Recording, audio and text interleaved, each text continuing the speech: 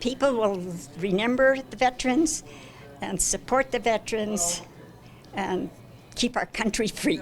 That's what Mary Ensley hopes people will take out of the Poppy campaign leading up to Remembrance Day on November 11th. She works as the membership secretary for the Ladies Auxiliary with the Royal Canadian Legion in Lethbridge. She volunteers her time and distributes out poppy boxes to schools and businesses here in our city. Her first husband was a veteran that volunteered during the Second World War, and she says it's vital to make sure veterans are remembered. I even remember some of the First World War veterans, not too many, and then the Second World War veterans. There isn't too many of those left. The goal for this year's Poppy campaign is to raise $90,000. You can also donate electronically or view a video on your phone using the QR codes on the Poppy boxes. Glenn Miller, the co-chair of Public Relations for the Royal Canadian Legion in Lethbridge, says the funds for the Poppy campaign will go straight to veterans. Well, they go out to help the veterans in need and their families.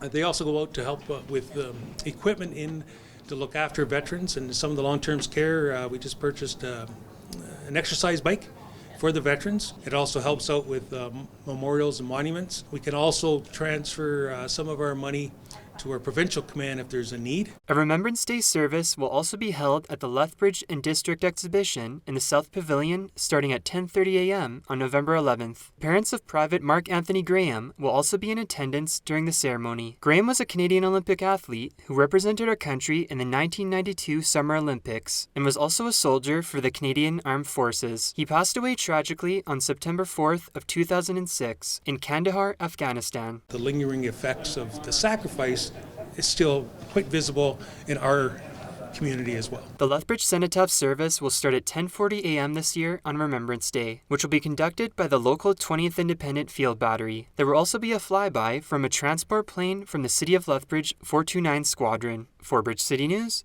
I'm Micah Quinn.